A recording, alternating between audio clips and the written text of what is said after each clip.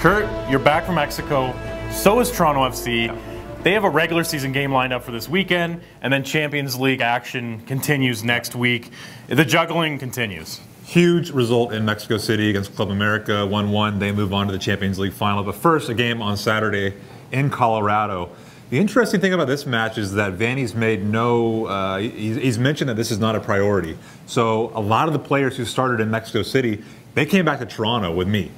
Josie Altidore is not going to be in Colorado. Sebastian Giovinco is not going to be in Colorado. A lot of the players who played in that game are going to be absent. So it's going to be interesting to see what they do in Colorado and whether or not playing players in Colorado is going to help them for next Tuesday's game. Well, how do you handicap that game then? Because there's also some health issues going on with Toronto FC, aside from even sitting players that are healthy. Yeah, some players are just resting because of fatigue. Giovinco, fatigue. A couple of the defenders, fatigue. I think Alex Bono's not in Colorado. But there's going to be a real race for fitness with some of these guys. Josie Altidore left that game in Mexico City with a foot injury. Early reports were that he's going to be ready for Tuesday. We'll see about that. But a big one's Victor Vasquez. We haven't seen him through most of this tournament. A back injury.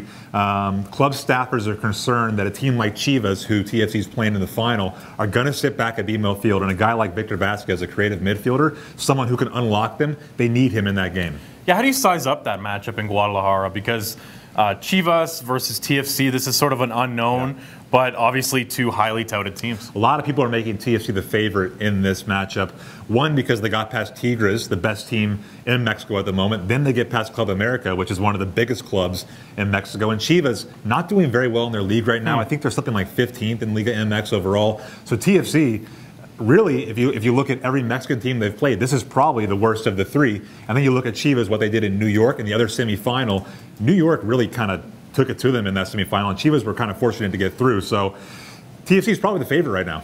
And if you go back to regular season and the MLS, they have a game against Houston at the end of the season. Is there some news around that game? Yeah, it's in between the first leg on Tuesday and then the return leg in Guadalajara. So TFC is working as hard as they can to get that game 2 Saturdays from now moved to a later date so they can go down immediately after the first leg Tuesday and prepare in Guadalajara, try to acclimatize. It's what they've done for each of these other series. And they feel like if they can get down there, rest players, get used to the temperature and the altitude in central Mexico, that they'll have a better opportunity to get through that game. And finally, all of this, everything that TFC is doing with the Champions League, going as far as they have, and possibly winning the final. This is great for MLS. It's great for MLS. It's great for TFC. No MLS side has ever won the Champions League. If TFC can get through this last test, they qualify for the Club World Cup, which means they're going to go take on the likes of the European champion, the South American champion, a very big tournament, and it finally gives MLS it legitimizes the league a little bit because they've finally shown that they can take it to Mexican teams, which have dominated this competition, and show that maybe they have the best team on the continent.